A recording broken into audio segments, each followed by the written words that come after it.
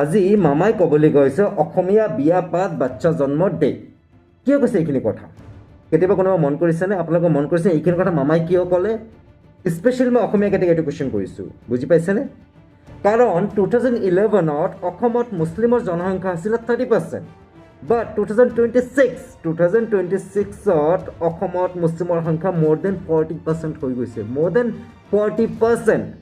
আজিৰ পৰা যদি 10 বছৰ বা 15 বছৰ পিছৰ কথা পাতোঁ, যেনেকৈ মুছলিমৰ বাচ্চা জন্ম হৈ আছে অসমত মুছলিমৰ জনসংখ্যা মোৰ দেন 60% হৈ যাব, এইটো চিয়'ৰ হয়।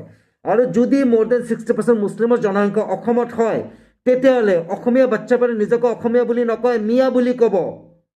অসম দেশ নাথাকে, মিয়া দেশ হৈ যাব।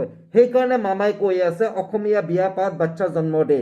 অসমীয়া কেইটা এইখিনি কথা যদি বুজি পাইছে দেন ভালকৈ বুজি পাওক। মই কোনো পলিটিকেল পাৰ্টিক ছাপোৰ্ট নকৰোঁ, বাছ মই সঁচা কথা কৈ আছোঁ।